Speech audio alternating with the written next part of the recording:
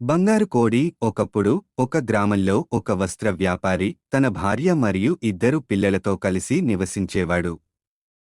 వారి దగ్గర చాలా ప్రత్యేకమైన కోడి ఉండేది. ఆ కోడి సాధారణ కోడి కాదు, అది ప్రతిరోజూ ఒక బంగారు గుడ్డు పెడుతూ ఉండేది. ఆ బంగారు గుడ్డు వాళ్లకు అవసరమైన సంపదను అందించడంతో కుటుంబం సంతోషంగా జీవించేది. కానీ వ్యాపారి రోజూ ఒక్క బంగారు గుడ్డు పొందడం పట్ల అసంతృప్తిగా ఉన్నాడు. అతను అసహనంతో మరియు లోభపడి ఒకేసారి భారీ సంపద సంపాదించాలనే కలలు కన్నాడు.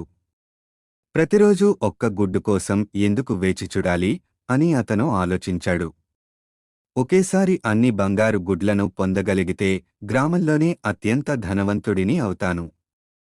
ఈ లోభం కారణంగా వ్యాపారి ఒక పథకాన్ని రూపొందించాడు.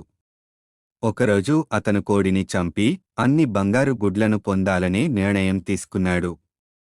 అతని భార్య పలుమార్లు వారించినా అతను వినిపించుకోలేదు. కోడిని చంపే పనిలో ముందుకు వెళ్లి తన కత్తిని పదును పెట్టాడు. తరువాతి ఉదయం కోడి తన సాధారణ బంగారు గుడ్డును పెట్టిన తరువాత వ్యాపారి కోడిని చంపాడు.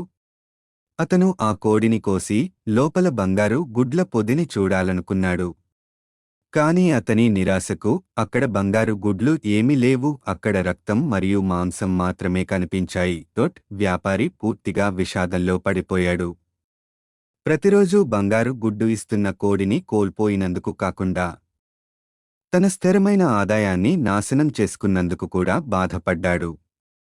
అతని లోభం అతని చేతిలో ఉన్న ఆశీర్వాదాలను గుర్తించకుండా అతన్ని అంధుడిని చేసింది.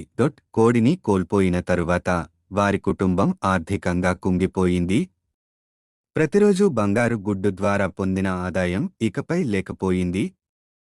భారీ సంపద కలలుగన్న వ్యాపారి చివరికి తన కుటుంబాన్ని పోషించడానికి కూడా కష్టపడాల్సి వచ్చింది.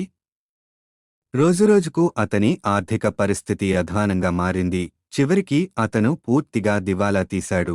ఈ కథ మనకు ముఖ్యమైన పాఠం నేర్పుతుంది. లోభం నాశనానికి దారితీస్తుంది.